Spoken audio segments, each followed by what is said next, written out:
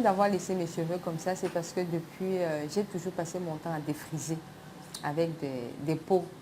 Et à force de trop défriser, je me suis rendu compte que mes cheveux étaient en train de s'en aller.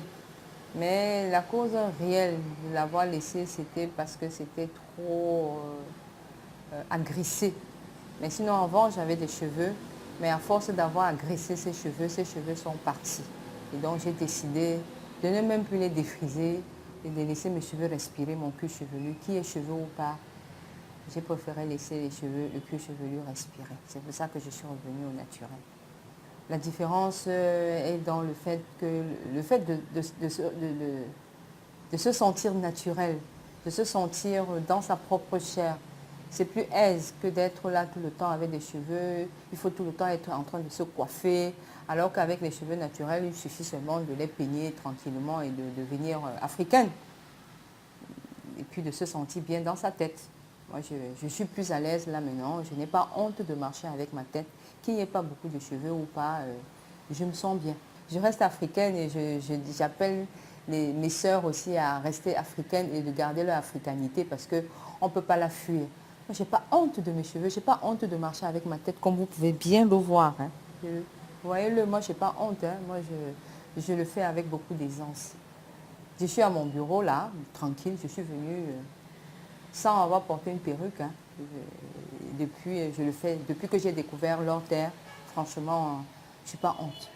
Je vais laisser mes cheveux respirer. Je vais laisser mon cuir chevelu respirer. Je vais laisser ma tête à l'air libre, que ça respire. Parce qu'on se rend compte peut-être, nous ne nous rendons pas compte que les défrisages créent des maladies, ça peut créer des cancers. Donc laissons nos cheveux sortir d'eux-mêmes. On ne va pas tout le temps en train de créer des repousses. Je n'ai pas honte.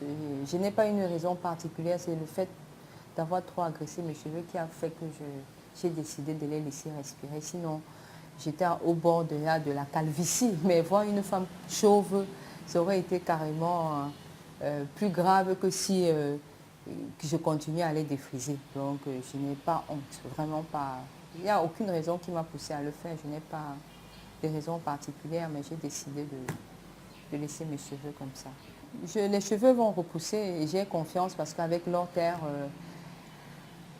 ça pousse même déjà, même trop. Tous les espaces vides commencent déjà à se remplir tout simplement parce que je laisse mes cheveux respirer. Elle les entretient à sa façon. Elle a des techniques naturelles que nous ignorons, qu'il faut bien pouvoir revenir aux choses naturelles. Elle le fait et depuis lors, mes cheveux ont commencé à respirer vraiment. Et quand ça respire, les pores s'ouvrent. Donc ça veut dire que les cheveux sont en train de chercher leur place pour repousser. Et un seul mot à toutes les femmes, ne fuyons pas notre africanité, laissons nos cheveux tels qu'elles sont.